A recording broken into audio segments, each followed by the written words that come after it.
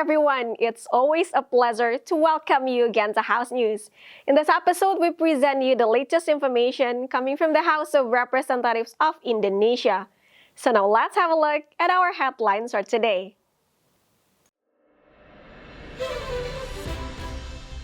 Commission 10 of the House received a visit from the Deputy Ambassador of Australia to Indonesia to discuss strengthening bilateral ties between Indonesia and Australia. Indonesian legislators have approved Indonesian citizenship for 3 Dutch descent football players. The State Financial Accountability Committee conducted a working visit to the Immigration Office at Tanjung Perak Port. The visit was to gather input regarding non-tax state revenue from immigration services. Over 16 years since the human trafficking law was enforced, the methods of crime have evolved to include online scams. Therefore, the Legislation Committee urges a revision of the law. A medical degree doesn't always mean becoming a doctor in a hospital. There are other career options for medical graduates, such as becoming a medical illustrator. Indonesia and Australia are strengthening cooperations to encourage early sport participations. They hold discussions to exchange ideas, experiences, and best practices to build a strategic partnership.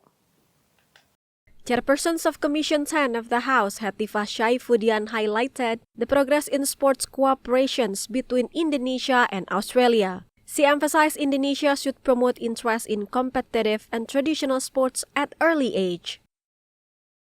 Kita ingin mempererat juga hubungan antara kedua negara di bidang pengembangan olahraga, karena Australia itu adalah negara yang sangat gandrung kepada olahraga, bukan hanya olahraga prestasi tapi juga bagaimana membiasakan berolahraga bagi anak-anak sejak usia dini. Dan saya kira kita juga ingin bangsa kita mengikuti kebiasaan yang serupa, karena dengan desain besar olahraga nasional kita dan juga seperti diketahui kita juga sudah memiliki undang-undang keolahragaan yang baru, bukan hanya olahraga prestasi yang dipentingkan tapi juga olahraga pendidikan dari mulai sekolah-sekolah termasuk pendidikan anak usia dini. The low participation in sports among Indonesian children and youth has made the government consider new approaches. They plan to introduce sport programs that blend cultural and educational elements. Therefore, Hetifah hopes the Australian Embassy can assist Indonesia by offering policy suggestions or documents that could help improve education and sport programs. Adila N. Gunarso, TVA Parliament Report. The 6th plenary meeting of the House for period 1 of the 2024 to 2025 sessions approved a request to consider granting citizenship by naturalizations to Indonesian Dutch footballers.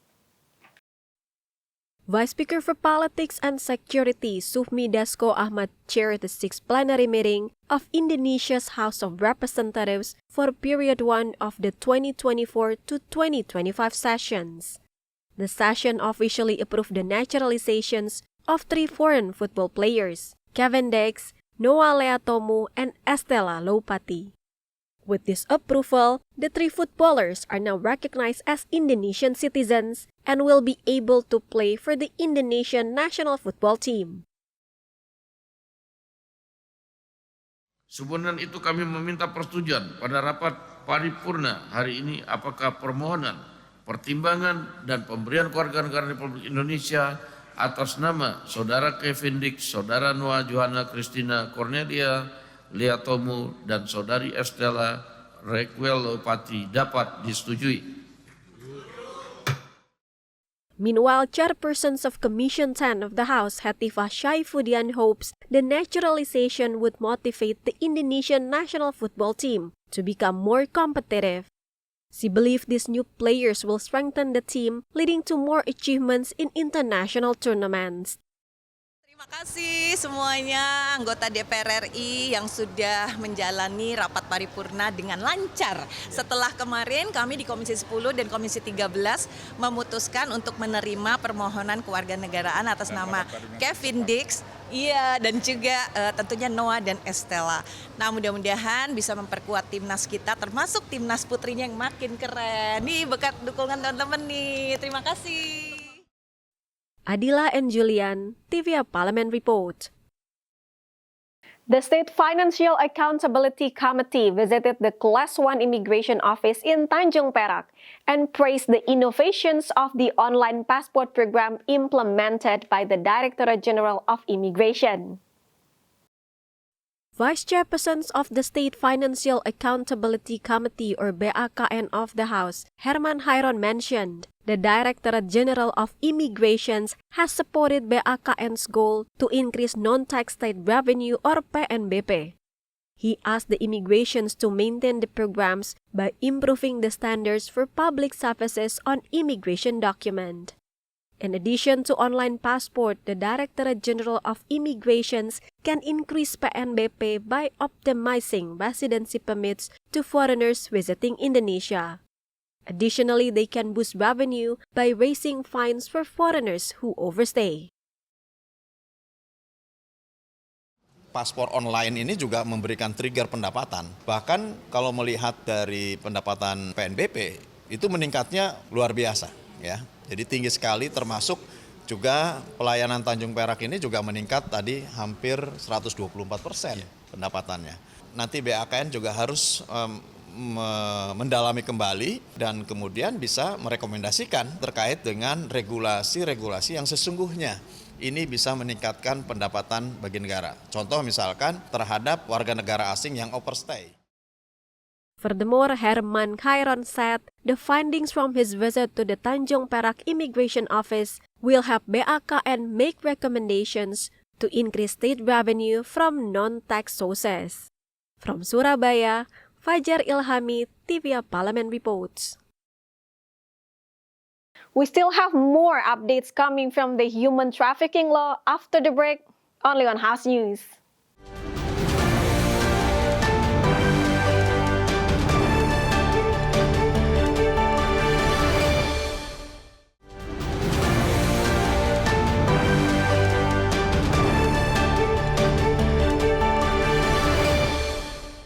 The revisions of the human trafficking law is currently a central topic for the Legislative Committee. This update has become urgent as human trafficking activities have increased in recent years, adapting to more methods. According to the Ministry of Women's Empowerment and Child Protections, more than 25,000 human trafficking cases have been reported in the last 5 years. In response to this, member of the Legislation Committee, Ledia Hanifa pointed out the need to revise the Human Trafficking Bill to protect the public and prevent these crimes. Yang kita juga lihat menjadi bagian yang sangat penting adalah perubahan tentang rancangan undang-undang tentang tindak pidana perdagangan orang. Tindak pidana perdagangan orang ini memerlukan satu konsentrasi yang lebih baik karena makin ke sini TPPO-nya makin dimodified gitu. Jadi seolah-olah rekrutmen resmi legal padahal sebetulnya tidak legal. Nah, berarti kan kita harus banyak memberitahu kepada masyarakat apa sih sebenarnya yang harus mereka cermati kalau mereka mencari pekerjaan. Dalam kondisi sekarang ini semua orang butuh pekerjaan, karenanya memang jadi perlu ada edukasi secara khusus. Kemudian ada bab restitusinya, korban-korban TPPO itu ganti untungnya, restitusi penggantiannya terhadap katakanlah mungkin persoalan fisik atau psikis gitu. Nah itu yang memang tidak dijalankan. As human trafficking cases increase and become more complicated, Ledia emphasized changes to the law are needed. The revised bill aims to give better protections and recovery for victims while also working to eliminate human trafficking offenders.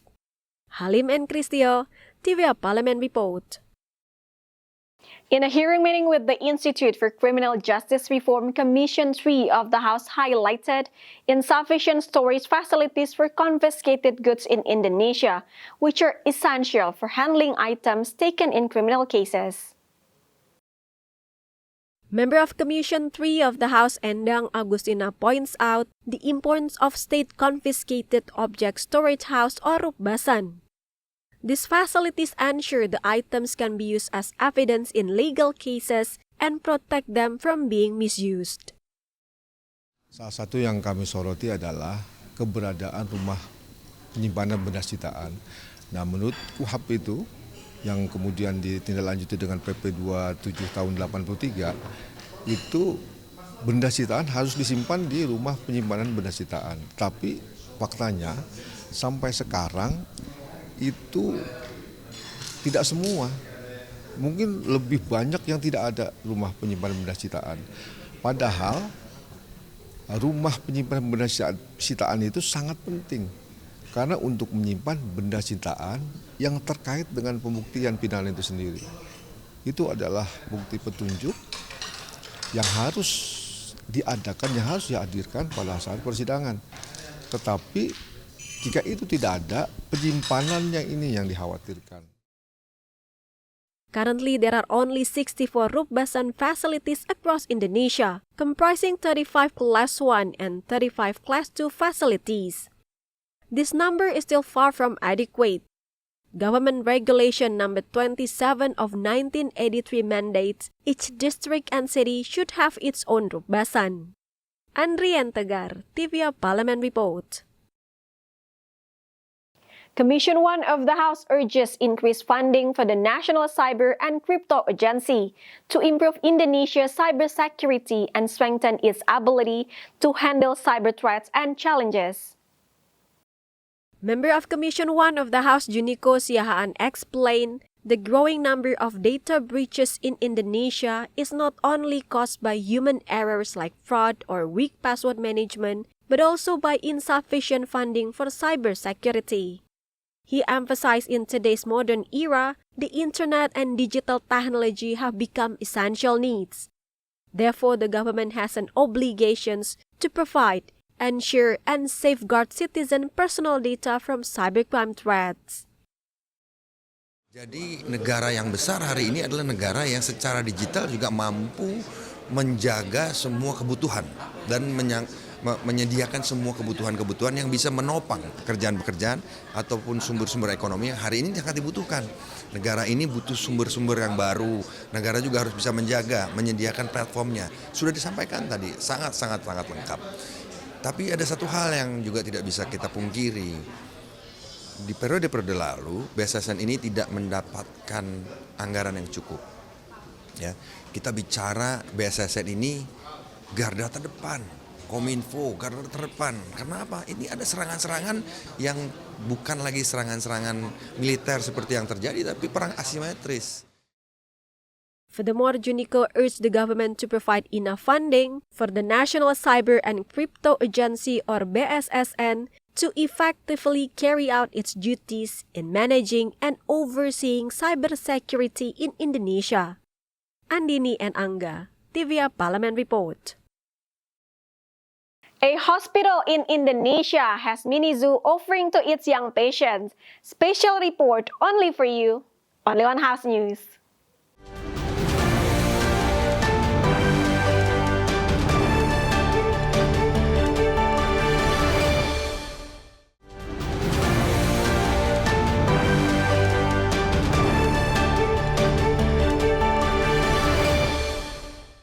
Indonesia now has medical illustrators. This field combines art and medicines to make health topic easier to understand through detailed visuals, helping improve public health awareness and medicines educations.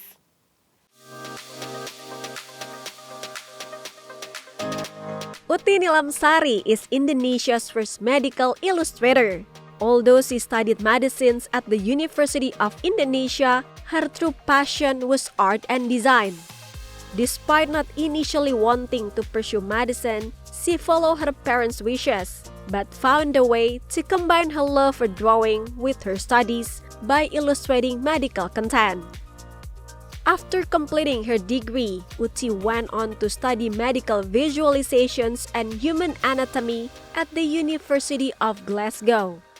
She wanted to help educate the public on health issues, particularly cancer, to visual art. She noticed medical textbooks often lack detailed illustrations and saw an opportunity to improve how complex medical information was shared. In 2015, Uti founded MediMedi, a company that creates medical visuals for health educations. Her goal is to make medical information more engaging and easier to understand. Through MediMedi, Uti is working to bring better, more accurate visuals into the field of health education in Indonesia. Looking ahead, Uti plans to expand her work by developing an immersive health learning center using AI technology. Her vision is to improve how people learn about health and make the informations more accessible to everyone. Hospitals are usually known for their medical facilities, but one in Jogja is standing out by offering something unique for its young patients. This hospital has mini zoo with diverse collections of animals. JIH Hospital Jogja has added a mini zoo to its pediatric tower, providing children with a fun and educational experience while they recover.